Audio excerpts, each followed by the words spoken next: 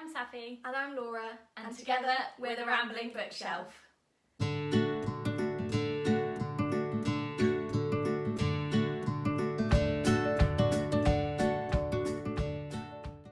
This week we're looking at Gingerbread by Robert Dinsdale. Gingerbread follows a young boy called Alec and his grandpa as they travel through the woods to scatter his mother's ashes, and their tale of survival is what unfolds. This week we're doing Gingerbread, and that was a book Safi chose. So why did you choose this? So it was a present from my mum probably a couple of years ago, and really? Yeah, I did try to read it before. I didn't get very far with it. I think maybe like 20 pages or so. Yeah. And I was just struggling with it. I wasn't into it, so I put it down. But it was one of those that's just been sitting on my bookshelf for a while, kind of looking at me and being like, come pick me and read me. And so I thought, well, this is a great opportunity to do it because I'll have someone else reading it too. So yeah, that's why I chose it. Yeah. It was really good. I liked it a lot. What did you make of it? I eventually liked it. The beginning I really struggled with. Like I wasn't a huge fan right at the beginning. I felt like it was hard work. I felt like Robert Dinsdale was trying to produce this kind of dramatic tension that never quite landed properly. I don't think the mother needed to be in it at the beginning. Yeah, so that was kind of, the beginning for me could have been 50 pages shorter. Like they didn't need the first 50 pages. If they'd started when the papa and Alec go straight into the woods, I'd have been happy there. But apart from that, loved it. As soon as like 50 pages in and they were in the woods, yeah. I was like, yes, let's do this. Yeah, I agree that it could be shorter. Yeah. I do think the beginning was important because it's that promise that kind of sets the whole adventure. What promise? Reeling. The promise that Alec makes to his mother of looking after the granddad. Yeah. And vice versa. You know, she asks the granddad to look after Alec, but it's mainly that one from the boy to him. And I suppose it is important that the boy hears the papa promise to his mother that to look after him. Yeah, exactly. Yeah. So yeah, okay, I kind of agree, but yeah, could have done that in a page. Yeah, yeah, exactly. Could have happened. Yeah. But apart from that, as it went on, big fan. Yeah. A big focus of this book, kind of implied by the title Gingerbread, is storytelling and fairy tales. And it's really kind of interlayered. And what did you think of that whole spin on it? I thought it was kind of a Nordic Noir-esque book meets Grimm's Brothers' tales, and it was just a melding of those two, and I think it came off really, really well when you didn't know if a story was based on a true encounter that the grandfather had had, or if it was just a tale. And he finished each kind of telling with, I know it's true, for I know one that was there. Yes. So each story you're like, oh, so was it true? Yeah. And how much of it is kind of embellished, and which part of those stories told by the papa are factual. It's very interesting. Yeah, it's really interesting. Items are really important in this novel. So there are 4 items, 2 for the mother and 2 for the granddad, that are most poignant. We'll start with the shawl and the gingerbread. Both of those items, like Laura says, are very important, and kind of what happens to those items as well. Yes.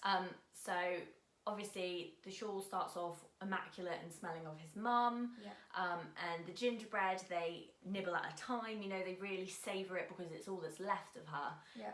And eventually, as the story progresses, things happen, and sadly the shawl gets kind of destroyed and covered in blood. So the destruction of the shawl starts when the boy is crying because he can't find his grandfather. Yeah. So he's saying how his salty tears are kind of destroying the smell of his mother. Like washing it away. Yeah. Yeah. So that's the first time that that kind of you start to see the kind of destruction of these items. At one point in the book, the grandfather has a horrendous accident and falls and really, really hurts himself. Like, we're not talking just, you know, it's really gory. It's a sprain. It's horrendous. His tongue is split. You know, he's got bones poking out of his leg. Yeah. It's awful. You need to read that bit in the novel to really appreciate it. Yeah, and so eventually, as a kind of last resort, the boy is like, I need to bandage this in some way. Yeah. And resorts to using the shawl as a kind of, as a bandage. Yeah.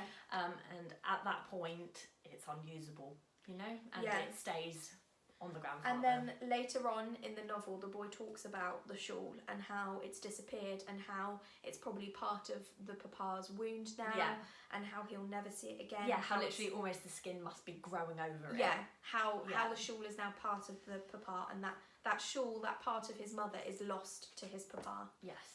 And the gingerbread also, in the same instance where the granddad has the fall, they're very short of food. And so, like I say, up to this point they've been savouring it, only eating bites at a time. And now Alec is kind of providing for both the grandfather and himself. And we think he's pretty young. We don't know his exact age. I'm not sure if the book says, but we were assuming he's around 7 or 8 years old at the beginning. So this 7 or 8 year old is trying to provide, and at this point he gives up and he decides it's the loss of hope. Yeah. And so he eats all the gingerbreads in one go. He tries to get his grandfather to eat them, but the grandfather I'm not doing it. I'm not having nothing to do with this. So the boy eats them and they're gone. And I think actually the final one is burnt, isn't it? Yes, because it gets tossed into the fire. Yeah, because he offers it to his grandfather and the grandfather just throws it and it ends up in the fire. Yeah. So I think that's important because, well, the destruction of those 2 items are important because it's kind of the loss of hope and... Yeah, his mother. His mother goes away that's with these it. items. Yeah. It's just him and his grandfather. There's a really amazing bit which makes you grasp how important the gingerbread is to them when Robert Dinsdale describes the gingerbread as having the thumbprint of the mother in it. Yes. So it kind of really is the mother's identity at this point, obviously. And then that, in this moment of kind of sheer kind of loss of hope and everything, that goes as well. Yeah. And then, of course, the horse. Oh, the horse. So right at the start of the tale, just before his mother died, she gives the boy this wooden Russian horse that she had when she was a girl. And she says to the boy, he's yours to look after now. And at first it creeps him out and he's not a fan at all. But then eventually he returns to the forest with the little horse, and then he leaves it in his baba's house, which is his grandmother's house, which is a derelict, awful, destroyed house that they spend their first winter in. Yeah. So he leaves it there, and you don't really know that he leaves it there until they return and the house has been built up and somebody else is living there, and this little Russian horse is kind of silhouetted by electric light on this windowsill. Yeah, it sits at this window and taunts him almost, doesn't it? Yeah, so that's kind of... Now the shawl is gone, the gingerbread is gone, that's the only thing he has left of his mother, and it's out of his reach right now. Yes, precisely. The other 2 items that we should definitely mention actually belong to the grandfather, and that's his jackboots and his knapsack. Both of these items are important because the jackboots kind of signify his grandfather, don't they? That's like what he associates with him, the trails they leave and the sound of them. He knows where his grandfather is, where, like, if he's coming or going or what. And the knapsack, it's an item of intrigue. Yeah. It has foreign letters imprinted on it. So it's just this item of intrigue that the boy doesn't quite understand and he wants to understand. So that's where we are. So he understands the boots and those so identify his grandfather. But the knapsack, on the other hand, identifies his grandfather, but he's not sure why, and there's intrigue. Yeah, because he brings the knapsack to his grandfather, but his grandfather won't explain anything about it either. So there is this whole mystery around it. Yeah.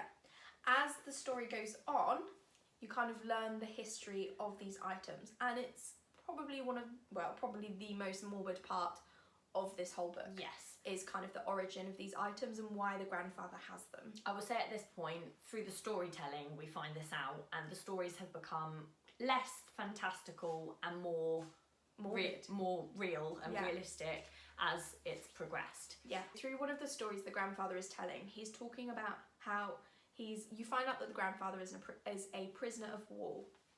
He was kept at a Russian gulag, I think. Yeah, it's described as the eternal winter. The eternal winter, yes. Eternal winter. And he escapes that with some fellow prisoners. Eventually, some of these prisoners kind of turn really bad and decide to survive in this winter. The only way they'll survive is to eat another human being. Their weakest. So the weakest member. But the grandfather and his closest friend decide they want nothing to do with this, and they run and they leave. They don't want to be involved in this eating of another human being. understandably. They don't want to be kind of associated with it at all, and they remove themselves from it, and they run away, and they're chased by these other people, but they run away and they escape. And kind of as they're escaping, they end up being chased by their fellow comrades, basically. So the guys who ate the other guy are now after them. Yeah. And they're running, and one night they're just like, we can't do this anymore, you know, like we can't run anymore. Yeah. And they settle down and they're like, you know, if only we had some food, if only we had some meat. Yeah. Then they would have energy to kind of continue. So they settle down by the fire. Yes. And they're kind of sleeping. And his friend falls asleep, and the grandfather, he's talking about, as he's telling the story, he's saying, we just need meat, we just needed meat. And eventually he just savages his sleeping friend by biting him in the neck, and he bleeds. It's described as kind of as his mouth fills with blood and iron. He then has the energy to kind of kill him. And he wakes up, doesn't he, as his neck's being mauled, and he's like, what are you doing? Yeah. And then, I don't know if you want to kind of explain a bit more. And so obviously you're not going to survive that. His friend dies. This is where it gets worse. Yeah. Because he then decides, you know, he eats what he wants with his friend there, and then he proceeds to cut up his friend, and he puts the pieces of flesh into the knapsack. But the knapsack belonged to his dead friend. That he's eating. And he also removes his dead friend's boots, which are the jackboots. This story is told to Alec, the boy. Yes. And then, do you want to explain that effect that it has on him? him? So obviously the boy's kind of gone from idolising these jackboots as a sign of his grandfather and loving them, and same with the knapsack as well. And all of a sudden they become these disgusting items, you know, like he can't believe that his grandfather would have done that, you know, like he's still saying, is this true? Like, surely this isn't real, you know, this can't be real. And then the grandfather says, I know it is real, for I know someone who was there, and that is me. So obviously the only survivor of that is the grandfather. So he's claiming, yes, I am the one who did this. Yeah. So instead of these items representing the grandfather and kind of this wonderful man, they now represent the monster that he is and that he has become. Or has been. Yeah. The boy begins to befriend Elena, kind of through their exploration of the forest as he teaches her different skills.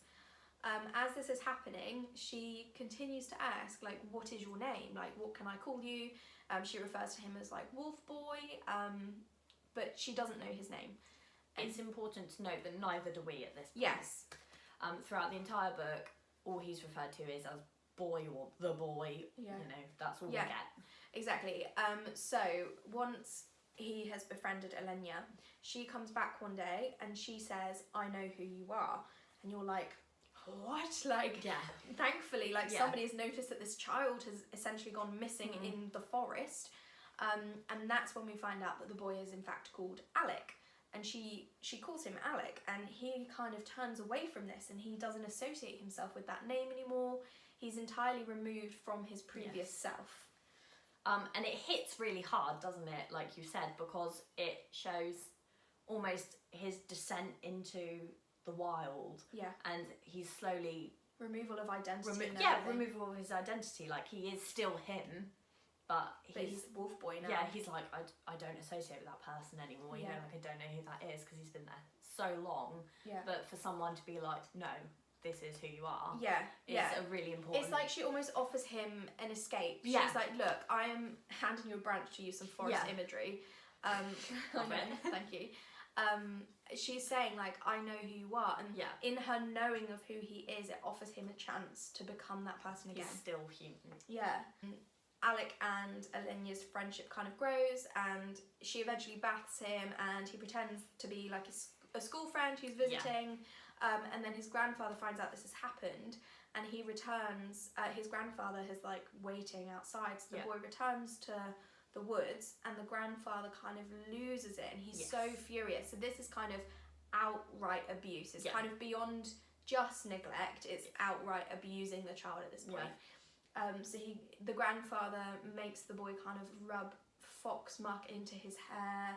He strips him of his or makes him strip of his clothes, Mm-hmm. and basically take a bath of mud, I think it's described as. Yeah.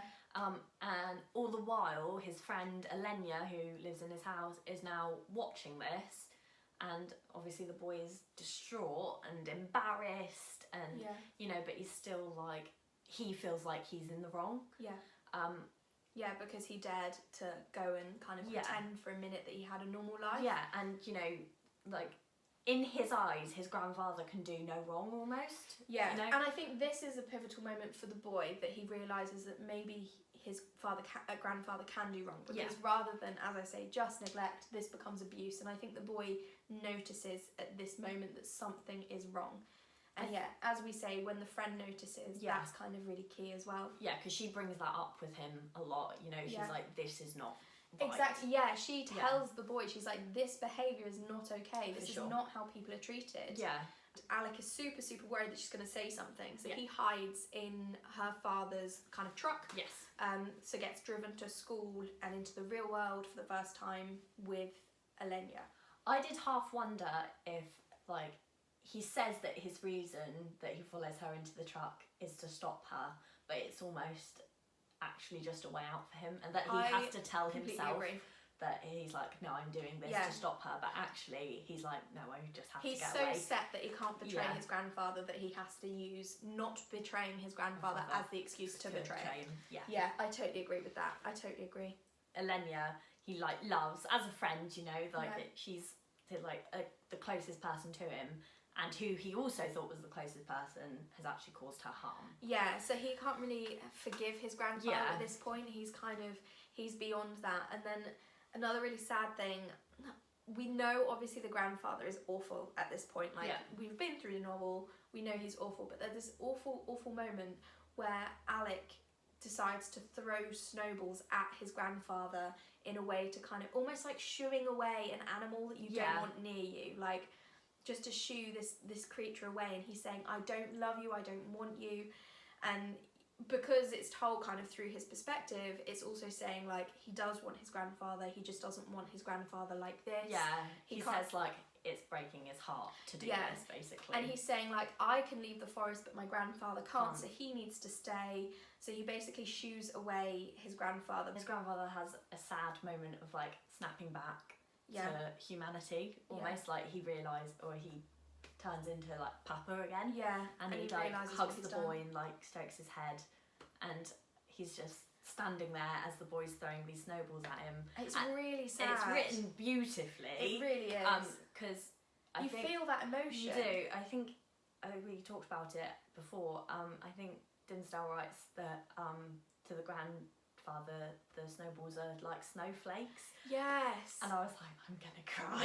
Yeah. It was so sad because like it seems like if you're throwing, like I said, it seemed like kind of shooing away a disgusting animal, and for the grandfather it was like just snowflakes landing on him. It was so sad. So sad. And so it's another winter, it's Christmas time, which is great. Alec's been kind of adopted, I guess. Adopted by his teacher. And his family, so I think they've got a little girl. So he's got this whole kind of, great family to be with. And it's New Year's Eve or New Year's Day. Yes. And they return to Elenia's house as a big family, and they're kind of celebrating. Yuri's there as well, and they're all celebrating. It's really lovely because these children have come away from this neglect, and they're all having these lovely moments. It's bounce back. Exactly. And then there is a little inkling that happens at the end. Yes. I don't know if we should say. I don't know if you should save it and you should kind of read it and find out. I think that might be best. Yeah. I think read to find out what happens right at the end. Yeah. Because it's this twist and you're not sure quite what's going to happen. Yeah. You're like, that could go anywhere. Yeah. So read the novel, find out what happens in the end, and comment down below what you think. Yes. Thanks for watching. See you next week for another ramble. Please like, subscribe, and leave a comment down below. Okay. I don't know if we're going to do the bit where we always do a little bit of the video at the end. Is this a little bit of the video This at the is end? a little bit of the video at the end.